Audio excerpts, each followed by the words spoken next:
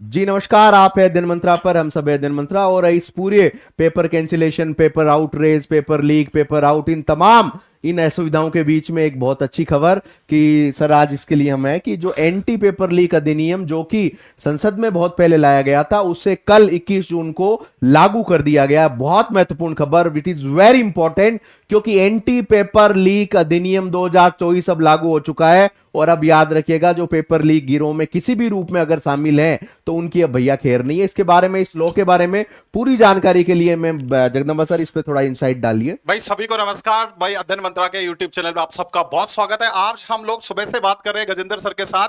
जो anti leak, जो paper leak करने वाला गिरोह है भाई, उसकी अब सच में खैर नहीं है। उसके प्रावधान इतने गजब के हैं। बिल्कुल तो मैं आपको अगर न्यूज बताऊं तो देखो, इसमें साफ साफ लिखा हुआ है भाई कि जो the public examination prevention of unfair means bill, sir थोड़ा सा उधर रहिएगा, बिल्कुल तो 2024 के जो प्रोविजन है बेटा, इसमें 1 करोड़ का मिनिमम फाइन है। 1 करोड़ का मिनिमम फाइन है और 10 साल की सजा, मिनिमम अप टू 10 इयर्स की सजा है सर इसमें। और मैं आपको बता देता हूं भाई, जो गिरोह पकड़ा जाएगा उसकी जिम्मेदारी होगी, जो उसका एग्जाम की जो भरपाई कर रहा है उसी की जिम्मेदारी होगा। और सर उस संस्था को बार कर दिया जाएगा कि वो अगली बार कोई एग्जाम कंडक्ट ना कराए, कम से बिल्कुल कम 5 सालों के लिए। बिल्कुल। देखो, मैं इसमें क्लैरिटी कर दूं आपको ब्रीफली। मैं इसके बारे में आपको, जैसे सर ने बहुत इंपॉर्टेंट जानकारी दी, ये जो कानून है ये बहुत मोस्ट अवेटेड कानून है, जो कि लगातार, देखो भारत को हम डेमोग्राफिक डिविडेंड बोलते हैं, यूथ का कंट्री, यूथ का कंट्री, लेकिन सबसे ज्यादा आउटरीच यूथ में, क्योंकि पेपर संस्थाएं वो they are failed and failed miserably to conduct the fair and transparent examination.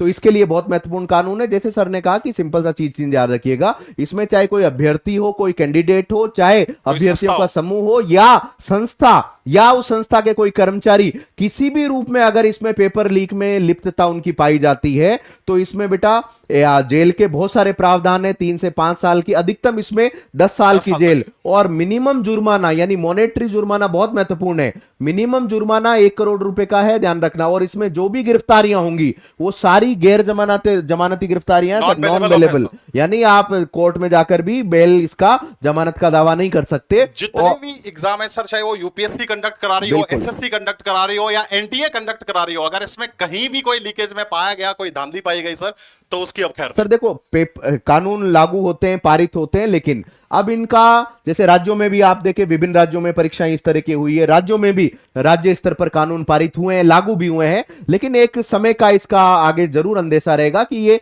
Ground reality पे ये चीजें रुकती है नहीं रुकती। लेकिन हाँ, एक इंस्टीट्यूशनल प्रयास है ये, कि इसका सराहनीय प्रयास है। और ये जो अधिनियम है 2024 के रूप में, यानी 21 जून को, शुक्रवार को ही ये लागू हुआ है, ध्यान रखिएगा। भाई अभी जो हमारा नीट का मामला चल रहा था, यूजीसी नेट का मामला चल रहा था, लीकेज का चला था, तो सरकार ने तुरंत फैसला करके सर जो ये कानून, महामहिम प्रेसिडेंट ने, बिल्कुल, ये कई ये लंबे समय से ये ड्यू था।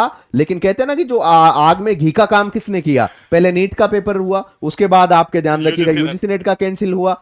तो इसमें ये एक प्रकार से मुझे लगता है कि इसमें आग का घी का काम कर दिया, और तुरंत भारत सरकार इसमें पूरा का पूरा इफेक्टिव होकर इसको लागू करवा दिया है। तो ये प्रावधान को मैं अपील करूंगा कि सारे जो भी लोग इसमें लिप्त हैं या आगे इस तरह का कोई काम करते हैं, तो भैया सावधान रहिएगा, क्योंकि आप भारत के युवा के साथ इस तरह से खिलवाड़ नहीं कर सकते। और सरकारों को इसमें संवेदनशील होना पड़ेगा, क्योंकि हमारी डेमोक्रेटिक व्यवस्थाओं में सरकारें जनता के प्रति ही अकाउंटेबल सबसे पहले है। इसके बीच में सर वो बच्चों को अपडेट कर देते हैं कि भाई देखो, कैंसिलेशन, एक और कैंसिलेशन क्या बेटा, पोस्टपोन्ड हो गया ये आपका, यानी सीएसआईआर जो एग्जामिनेशन, जो साइंस के विषयों में नेट की क्वालिफिकेशन आपको देता है, जो एग्जाम 25 से 27 जून को होने वाला था, वो एग्जाम भी अब पोस्टपोन्ड हो चुका है। और इसकी आगामी जो तारीख जब भी होगी आपको विधिवत रूप से सूचित किया जाएगा। तो सर देखो, यूजीसी नेट का कैंसिलेशन, और अब सीएसआईआर साइंस वालों को भी थोड़ा वेट करना पड़ेगा। लेकिन इन सारे वेट तामझाम के बीच में एक अच्छी खबर आपको दी हमने, एंटी पेपर लीक कानून, और मुझे लगता है कि इसमें व्यवस्थाओं में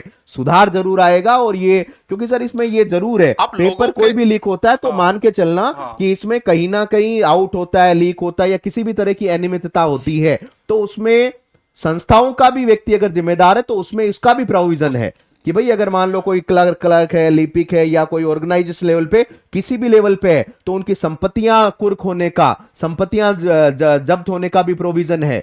तो जबरदस्त रूप से एक शील्ड वाल के रूप में यह कानून काम करेगा मुझे लगता है। और भारत के सुनहरे भविष्य के रूप में युवाओं को अपने आप को सरकारी नौकरियों में स्थापित करने के लिए कंडक्ट कराई जाने वाली इन तमाम परीक्षाओं को पारदर्शी तरीके से और एक जिम्मेदार तरीके से ये संस्थाएं कराएगी, ऐसा मेरा विश्वास है, ऐसा दिन मंत्रा का विश्वास है। जी सर। तो ये मैं वही कह रहा था सर, कल हम बात कर रहे थे कि एनटीए में भी रिफॉर्म की बात हो रही थी और साथ बिल्कुल। साथ ये कानून आ गया, तो जरूरी ये है। बहुत जरूरी हो गया है। और हम सब लोगों को ऑप्टिमिस्टिक, मैं कल भी कह रहा था कि हमें आशावादी रहना चाहिए।